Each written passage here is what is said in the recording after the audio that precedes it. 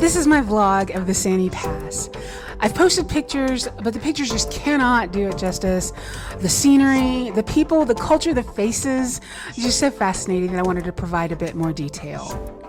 I'm on a 3-week TDY assignment in Lesotho, which I always want to say Lesotho, because that's what it looks like, and I'm from the south, but you pronounce it Lesotho, and it's its very own country within the country of South Africa, completely surrounded by South Africa, and it's about the size of Maryland. It's about a 5-hour drive south of Johannesburg, where you see the Blue Jay, and really it's actually about 6 hours because the potholes are ridiculous and you really have to pay attention. My TDY assignment is in the capital city of Maseru, and at the end of my TDY assignment, I was going to head to Underberg so I can get ready to take the Sani Pass tour the next day. So as you can see by the orange line, leaving Maseru, that is how I drove to Underberg. And that was so that I did not drive the Sani Pass in the rented Toyota Corolla I was driving. It would have never made it. But looking at the map now, I actually see that there are many other ways I could have gotten to Underberg and still have avoided the Sani Pass. So next time I'll do better. Here's a quick topographical representation of Lesotho, and you can see on the eastern side it's almost all mountain. The country itself is about 2/3 mountain, and the lowest point in Lesotho is about 5,000 feet above sea level. So that's the lowest point in Lesotho. Where I'm from in Georgia, the average feet above sea level is 600, and so Lesotho, there is nothing lower than 5,000 feet above sea level. So that's pretty amazing, and it also makes Lesotho the highest country in the world. And here are a few extra pictures of a prior drive through Lesotho, and I'll post a separate video on Lesotho itself. I spent the whole day exploring the countryside, and it is absolutely stunning. And now on to the drive up and down Sani Pass. So here's a really rough outline of the Sani Pass, and you can kind of see where you start off, which is in South Africa, and then you kind of see where you end up, which is in Lesotho. And then you stop and have a bite to eat at the highest pub in Africa and enjoy the views before heading back down. Let me introduce to you my driver, David. He was fantastic.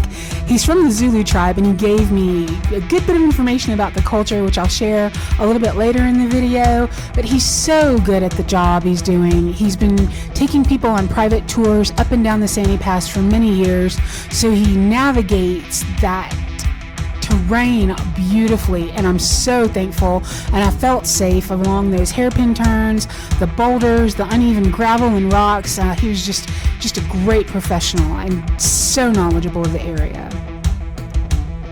So here we are about to cross out of South Africa as we approach the border crossing, and then we'll do the 8-kilometer Sani Pass drive, and then we'll reach the border crossing of Lesotho.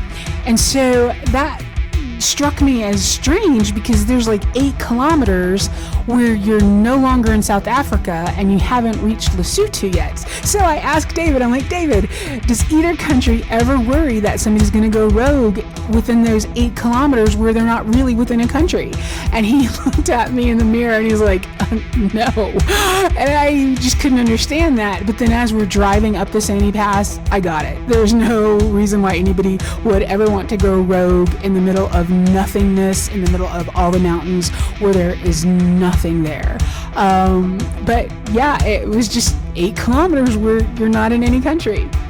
Which, interesting fact, South Africa will only allow 4x4s to go up the Sani Pass, where Lesotho will allow any kind of vehicle to come down the Sani Pass, which too scary for me in the rented Corolla.